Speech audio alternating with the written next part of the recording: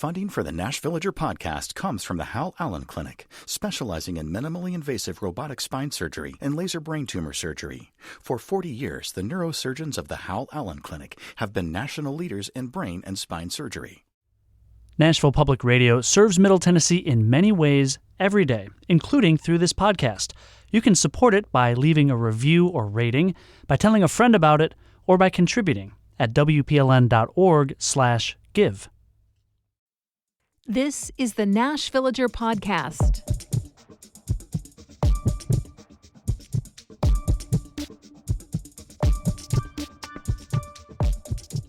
It's September 8th, 2025. At this time, in 2020, the pandemic was still in its most intense phase. There weren't any available vaccines yet. Masking and social distancing were hot-button issues. And around Middle Tennessee, different communities were taking very different approaches. A WPLN report from 5 years and 1 day ago said the Maury County School District was nearly back to holding all of its classes in person after a brief phase-in period. But one elementary school had to be closed, 2 different high school volleyball teams were in quarantine, and the district had 17 schools with active COVID-19 cases, some of which had to shut down to keep contagion at bay. I'm Nina Cardona, and this is your daily digest of what's happening around Middle Tennessee with historical context from Nashville Public Radio, WPLN News. Perhaps there was no place in the mid-state where the political dimension of the COVID pandemic played out more clearly, more publicly than in Maury County. And a lot of that is because the 2 men in that county's most prominent official positions were diametrically opposed on just about every aspect of that issue. Andy Ogles was the county mayor. Chaz Mulder was, and still is, the mayor of the county's largest community, the city of Columbia. Both were continually willing to speak their minds. And honestly, it seemed pretty much impossible for either to say anything about the pandemic without pushing the other one's buttons. They just really did not seem to agree on anything. But that wasn't really a surprise. Mulder is a Democrat. Ogles is about as MAGA as a Republican can be. So Mulder advocated for a statewide mask mandate. Ogles called it a matter of individual liberty. Mulder had a hand in making the decision to put the annual Mule Day festival on pause and prioritize social distancing. Ogles helped organize a sort of bootleg version of the event. We'll have more about that later in this episode. Basically, again and again, on any matter where some folks were urging caution related to COVID, Mulder was their champion. And the crowd that felt that preventative measures were going too far overboard rallied behind Ogles. And it seemed like most of Middle Tennessee was paying a lot of attention to Maury County's continual debate because other counties didn't have such a split in elected leadership. Some governments were gung-ho to reopen. Nashville's was pretty united on taking a slow approach. But Maury was that place where the 2 mayors just kept the debate raging. In 2022, after redistricting split Nashville between 3 congressional districts, Ogles made the leap from county government to Congress, becoming the first Republican in more than a century to win Tennessee's 5th district seat. Rather large discrepancies in his campaign filings for that initial run for the office led a national watchdog group to file an ethics complaint comparing Ogles to disgraced former New York Representative George Santos. It's been speculated that Ogles was trying to claim he had a richer campaign chest than he really did in order to stand out from a crowded primary field. He ended up correcting those filings just ahead of a final deadline, but not before the FBI opened up a probe, going so far as to confiscate and search his cell phone. He's also seemed to court controversy. Ogles is one of the most outspoken members of the state's congressional delegation, saying or doing things that sometimes get him in hot water in the court of public opinion. For example, there was the time he answered a question about U.S. support for Israel and the Gaza dispute by saying, quote, "We should kill them all." Or the family Christmas photo posted online that showed Ogles, his wife, and 2 of their 3 children posed with rifles in front of a festively decorated tree. That was, by the way, the holiday season that followed the Covenant school shooting and Tennessee's special legislative session on gun safety. There was his recent push to have the federal government investigate Nashville Mayor Freddie O'Connell for the city's response to immigration raids. Or his comments just last week, suggesting President Trump should deploy the National Guard to both Memphis and Nashville. As these things played out, even many Republicans seemed to quickly find Ogles kind of exhausting as a congressman. which is why he faced a pretty substantial primary challenge in his first re-election attempt. But Metro Council member Courtney Johnston wasn't able to gain enough traction to take the Republican nomination from Ogles, and he easily defeated his Democratic challenger in that election, activist Miriam. Now, Ogles is up for re-election again next year. But this time, he'll be facing his pandemic-era sparring partner. On Thursday, Chaz Mulder announced he's making a run for the 5th district seat. He's very clearly gunning, not just for the chance to represent the district, but specifically to unseat Andy Ogles. The front page of Mulder's campaign website mentions the incumbent by name and calls him divisive. Mulder is also specifically asking independents and Republicans to get behind him if they want to push Ogles out of office. And unlike other Tennessee elections in the last decade or so, this time around, the National Democratic Party is ready to lend a hand. In June, the Democratic Congressional Campaign Committee announced it was targeting Ogles' seat. Now, whether it's that national backup, his own following, or just that anti-Ogles sentiment isn't yet clear. But Mulder has come out of the gate in a way that's already garnering national attention.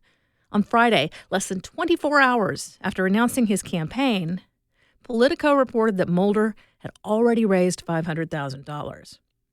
I can't help but point out that that's actually a very similar amount to the exaggerated number Ogles falsely reported to have early in his 2022 campaign. All of that to say, buckle up. This election could get really interesting. In just a few minutes, we take a dip into the archive to hear all about that Mule Day in 2021. That's coming up after the newscast.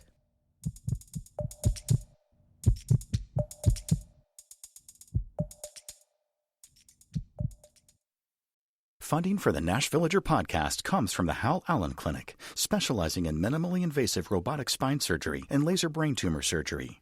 For 40 years, the neurosurgeons of the Hal Allen Clinic have been national leaders in brain and spine surgery.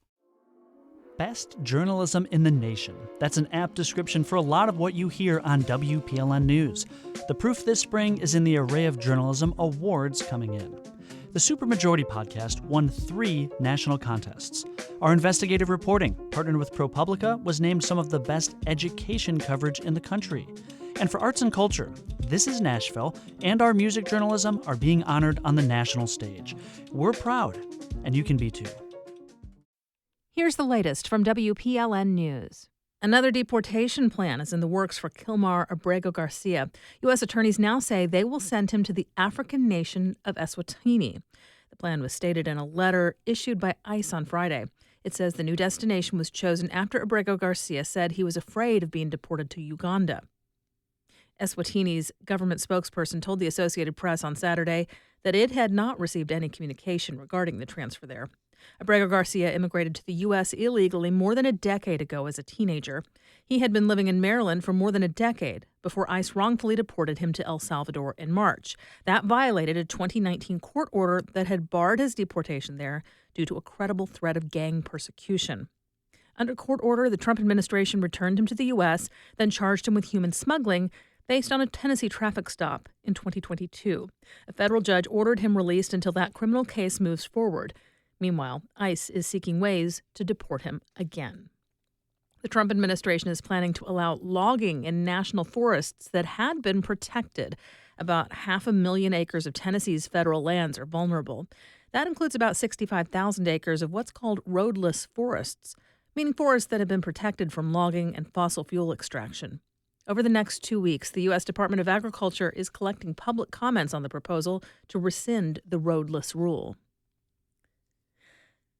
Tennessee's District 5 congressional representative, Republican Andy Ogles, made a rare public appearance this weekend in Spring Hill. That's after he made headlines recently, calling for the National Guard to descend on Nashville.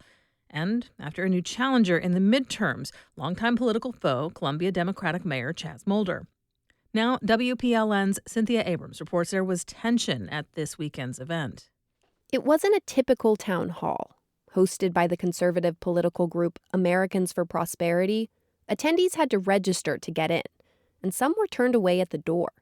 Before the event started, Ogles verbally sparred with protesters outside. We are not backing down, and I'm not going anywhere. I'm not going anywhere. You support the cutting of the Why don't you take off your mask? Why are you such a coward? Ogles went inside to speak to a group largely made up of his supporters about immigration, the economy, the National Guard, and President Trump's so-called One Big Beautiful Bill, which he supported, but wished had gone even further. And so it wasn't as conservative as I wanted or that you would want, but we're moving the way, changing the way Washington, D.C. functions. Protesters, like Spring Hill resident Sarah Lowry, say they are concerned about the impact of the bill, which makes sweeping cuts to Medicaid and social safety net programs. But they say Ogles is unreachable. He does not respond. He does not hold town halls. He does not answer any concerns his constituents have when they call him. The National Democratic Party has marked Ogles' seat as a vulnerable one. In addition to Columbia Mayor Mulder, Nashville Metro Council member Mike Cortese intends to run. Cynthia Abrams, WPLN News. Does it seem like more local people are looking for jobs or out of work? That's because they are, according to a new national ranking of unemployment claims. Tennessee is among the top states where claims grew the most in recent weeks. The report from Wallet Hub is based on data from the U.S. Department of Labor. It compared changes in unemployment claims for all 50 states and the District of Columbia. Tennessee came in second for the week-over-week increase in claims per 100,000 people, and were topped only by Connecticut. There were more than 5,200 claims filed in Tennessee during the last week of August. That's double from the previous week. These filings are likely to continue to grow. Blue Cross Blue Shield of Tennessee is laying off about 100 employees and eliminating dozens of positions. The company made the announcement on Friday, attributing the reduction to the rising cost of medical claims. And General Motors assembly plant in Spring Hill will have several weeks of downtime this fall, and some 100 employees there will be laid off. That's according to a memo obtained by the Detroit Free Press. GM says the company expects consumer demand to slow, along with growth for electric vehicles. In August, the company set a record with its brands selling more than 21,000 EVs combined, but they expect demand will fall when federal tax credits for EVs end later this month. In the memo, GM officials say Spring Hill has a bright future ahead, noting it's slated to build new models, including Cadillacs and Chevrolet Blazers. The environment greatly impacts student achievement and mental health, both positively and negatively. WPLN's Camelia Burris has more. Time outside can decrease kids' depression and anxiety, according to nonprofit and education leaders. Some educators, like Tennessee Teacher of the Year, Brian Kearns, prioritize nature-based learning, which he says can help kids process emotions. When I get kids whose parents are strung out on the couch at home, and I get up on Base Mountain, and I say, this is all that matters right now. The high school science teacher from Kingsport says teaching students what's precious about nature in Appalachia also builds their confidence. At the same time, extreme weather can derail students' learning, according to the State Collaborative on Reforming Education, also known as SCORE. Jonathan Klein, founder of an environmental nonprofit, says many school buildings were built during a time before we had so many high heat days. This worsens learning disparities between students with different access to buildings with quality air conditioning.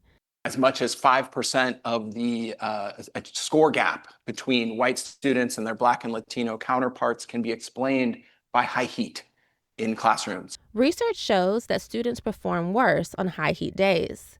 Nashville just had one of the hottest summers ever, with many days reaching 90 degrees in August after kids returned to school. WPLN News, Camelia Burris. Ascend Amphitheater is on its way to being managed by a different entertainment company. Metro announced a 10-year deal with Opry Entertainment Group to manage the downtown 6,800-capacity venue. For the last decade, Ascend has been managed by the entertainment giant Live Nation. But after a dramatic bidding process, Opry, a subsidiary of Nashville-based Ryman Hospitality Partners, won out. Per the deal, Opry will invest $11 million in facility improvements and dedicate up to $1 million more to moving a greenway that borders the venue. The agreement requires that greenway remain open at all times. For years, the city has struggled to maintain regular access to a section running through the amphitheater. The contract does require approval by Nashville's Metro Council. It will be up for the first of 3 required readings later this month. You'll find more news anytime at WPLN.org.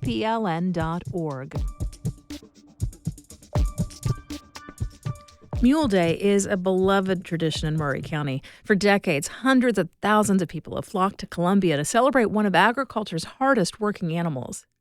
But in 2020, Mule Day was canceled because of COVID. Largely, the community went along with it. And the following year, a second cancellation didn't go over so smoothly. In this report from our archive, we hear how WPLN's Paige Pfleger reported at the time that the community's divide over what was safe threatened to have lasting consequences. The people of Maury County want to celebrate mules in May. The problem? The official Mule Day was canceled back in February. The pandemic was the whoa Nelly that ground the festivities to a halt. We know in elected office that any decision you make is going to be met with some ridicule, and certainly that was no different here. Chaz Mulder is Columbia's young, progressive mayor. By his count, he's been to 32 Mule Days. With the tolling of the bell, the parade is officially underway. The 4-day event has a parade, competitions for the best auctioneer, and performances from the local clogging group, the Muletown Stompers. Mulder knows the community and the local economy feel like they really need this. But what I have even more conviction about than my love and support of Mule Day is conviction about doing the right thing during the global pandemic that we're currently in. Mulder says canceling Mule Day was a grueling decision. He was grappling with how to decide when it's the right time to bring back the community's prized event. Would enough people be vaccinated come April? Would travel still be too dangerous? He wanted to postpone it, but the usual organizers helped him reach his decision: not to grant a mass gathering permit. And as he expected, the decision did not go over well for some. My instant reaction was, we can't let this happen. Jody Hoffman lives in Maury County. After she heard the news, she started a Facebook group, aptly called Save Mule Day. Now, it has 8,000 members. In it, people started selling t-shirts that say, "Save our asses 2021," and "COVID in politics can kiss my ass." We need to make our voices be heard, because at the end of the day, during the presidential election, my voice couldn't be heard. So this is something for my town. This is something for my community. Group members have gotten a front row seat to the messy he and ha that comes along with trying to plan an event on Facebook, nailing down a location, performers, sponsors. Not to mention, they don't have permission or even the blessing of the official group that has put on Mule Day for decades. We don't appreciate them just because we couldn't have a Mule Day or didn't think we could do it safely, coming in and saying, well, we're going to do one anyway. Louise Mills is part of the Mule Day office. The Mule Day brand is owned by the Maury County Bridle and Saddle Club, and Mills says if someone else tried to throw an unofficial Mule Day, it might even lead to a lawsuit. She says Mule Day has a historic reputation to uphold. It dates back to the 1800s. It's a grand event, drawing people from across the country. What if people come to this upstart event expecting the traditional Mule Day, only to be disappointed and never come back? Plus, Mills says this fledgling Mule Day might have the unintended consequence of undermining the next official one. We do have one major sponsor that they do a lot for us, and so they let us know that if we did continue with Mule Day, then they would no longer choose to be our sponsor. All of this uncertainty has been percolating for months, with the event's traditional spring date drawing closer. Meanwhile, a prominent leader has been quietly championing the community's stubborn love of Mule Day: Maury County Mayor Andy Ogles. It makes sense that Ogles, who opposed state pandemic restrictions, wants this event to come back. He wouldn't talk for this story. Then, on a random Wednesday night, without warning, Ogles took to Facebook and announced there would be a Mule Festival in downtown Columbia. There would be a concert with country star Trace Adkins, and even a parade. But the big reveal leaves a lot of questions. There's still no permits, the date has changed, and there's no word on how actual mules are going to be involved. The announcement makes even supporters wonder if the organizers put the cart before the mule. Paige Pfleger, WPLN News. And that is a story from 2021, a dip back into the WPLN archive. We do this roundup of Nashville news every weekday.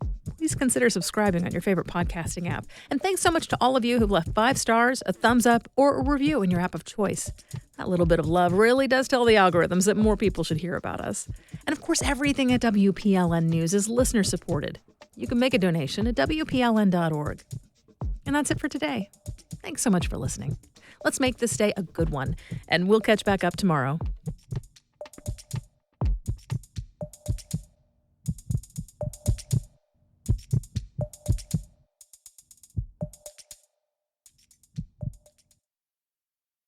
Funding for the Nashvillager podcast comes from the Hal Allen Clinic, specializing in minimally invasive robotic spine surgery and laser brain tumor surgery. For 40 years, the neurosurgeons of the Hal Allen Clinic have been national leaders in brain and spine surgery.